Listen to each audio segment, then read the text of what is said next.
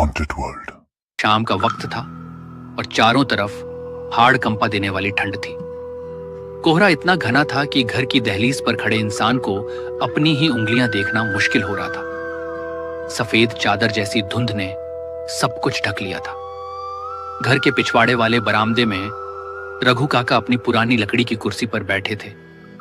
उनके सामने मोहल्ले के बच्चे एक घेरा बनाकर जमीन पर दुबक कर बैठे थे। उस कड़कड़ाती ठंड में हवा के साथ एक अजीब सी खामोशी घुली हुई थी। रघु काका, आज हमें कोई डरावनी कहानी सुनाइए ना। ठीक है, आज मैं तुम्हें एक रूहानी किस्सा सुनाऊंगा, लेकिन शर्त यह है कि कोई डरेगा नहीं और बीच में उठकर कहीं जाएगा नहीं, क्योंकि कुछ कहानियां सिर्फ सुनने के लिए नहीं होती। कुछ कहानियां सुनने वाले को अपनी गिरफ्त में ले लेती हैं।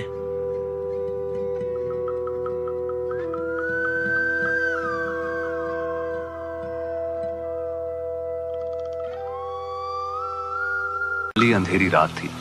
आसमान में काले बादलों का डेरा था जो किसी आने वाली भयानक मुसीबत का संकेत दे रहे थे। यह कहानी है बिलासपुर नाम के एक गांव की।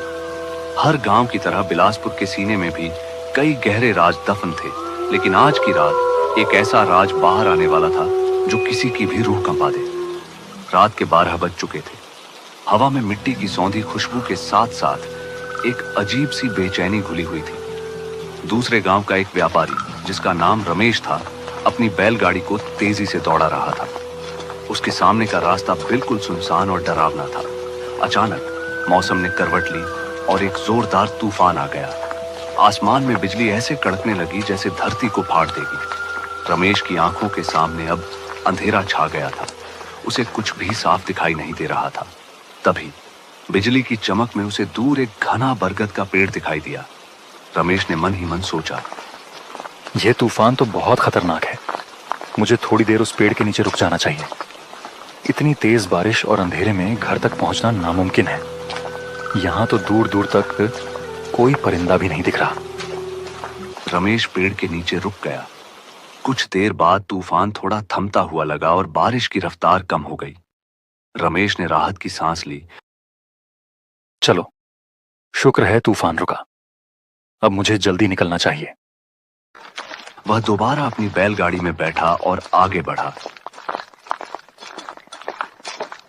लेकिन थोड़ी दूर जाते ही उसे एहसास हुआ कि अंधेरे और तूफान की वजह से वह रास्ता भटक चुका है। वह गाड़ी से नीचे उतरा और परेशान होकर इधर उधर देखने लगा। तभी उसे घने अंधेरे में एक आदमी पैदल चलता हुआ दिखाई दिया। रमेश हैरान रह गया। अभी तो यहां कोई नहीं था। अचानक ये आदमी इतनी सुनसान जगह पर इस तूफानी रात में कहां से आ गया? रमेश का दिल थोड़ा घबराया, लेकिन उसके पास कोई चारा नहीं था। उसने सोचा कि शायद यह आदमी उसे सही रास्ता बता दे।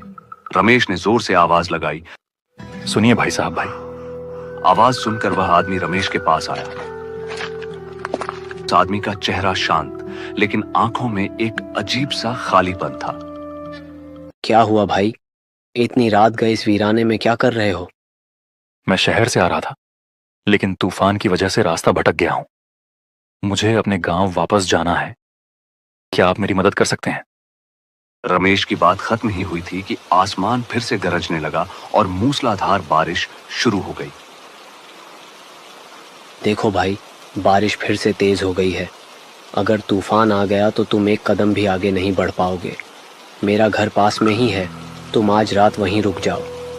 सुबह होते ही चले जाना। वैसे भी यह रास्ता श्रापित है।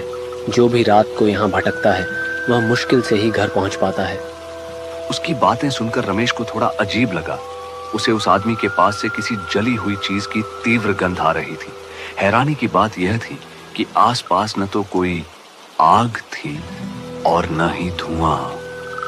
सिवाय उस आदमी के वहां कोई नहीं था। फिर भी रमेश ने सोचा कि तूफान में फंसने से अच्छा है कि इसके घर चला जाए। ठीक है, हम बैलगाड़ी से चलते हैं। वैसे भाई साहब, आपका नाम क्या है? मेरा नाम श्याम है। और तुम्हारा? मेरा नाम रमेश है।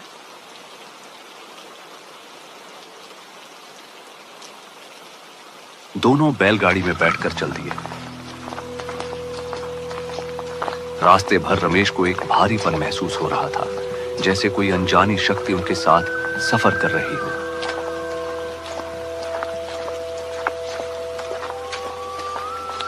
सन्नाटे को चीरती हुई बैलगाड़ी श्याम के घर तक पहुंच गई। ये मेरा घर है। बैलगाड़ी को सामने वाले पेड़ के नीचे खड़ी कर दो, नहीं तो जानवर बीमार पड़ जाएंगे। एक अजीब घटना घटी। जो तूफानी बारिश अभी तक कहर ढा रही थी, वह श्याम के घर के आंगन में कदम रखते ही अचानक बंद हो गई। रमेश ने आसमान की ओर देखा और हैरान होकर सोचा, ये कैसे हो सकता है? अभी तो प्रलय जैसी बारिश थी और अब एकदम सन्नाटा। क्या सोच रहे हो? अंदर आओ।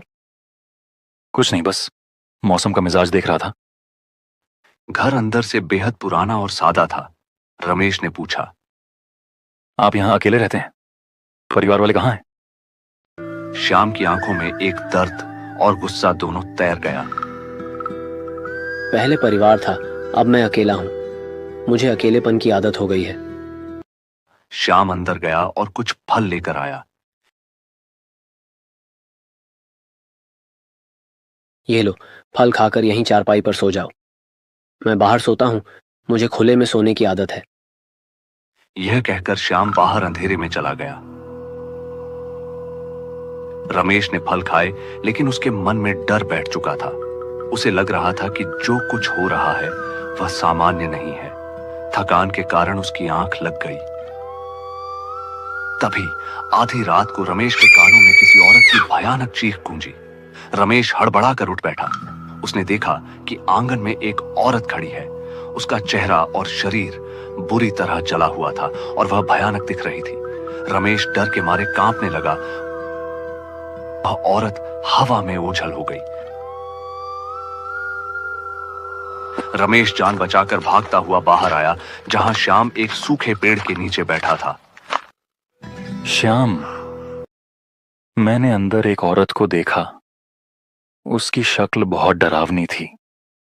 श्याम ने बिना किसी भाव के कहा, तुम्हें वहम हुआ होगा। तुम थक गए हो, इसलिए ऐसा लग रहा है। डरो मत, यहां कुछ नहीं है। चलो, तुम्हें नींद नहीं आ रही तो मैं तुम्हें एक पुरानी कहानी सुनाता हूं। रमेश का गला सूखा जा रहा था, लेकिन वह सुनने लगा। ये बात आज से 50 साल पहले की है। इसी गांव में किशन नाम का एक मेहनती किसान रहता था। किशन अपनी पत्नी कमला से बहुत प्यार करता था। कमला गांव की सबसे सुंदर लड़की थी, लेकिन उसकी सुंदरता ही किशन की बर्बादी बन गई। गांव के ठाकुर का बेटा कमला पर बुरी नजर रखता था। किशन को अपनी पत्नी पर पूरा भरोसा था। एक दिन किशन काम के सिलसिले में शहर जा रहा था। उसने कमला से कहा कि उसे लौटने में 2-3 दिन लगेंगे।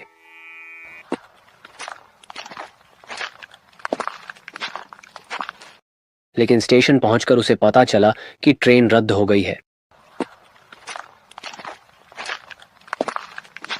किशन उसी रात वापस घर लौट आया।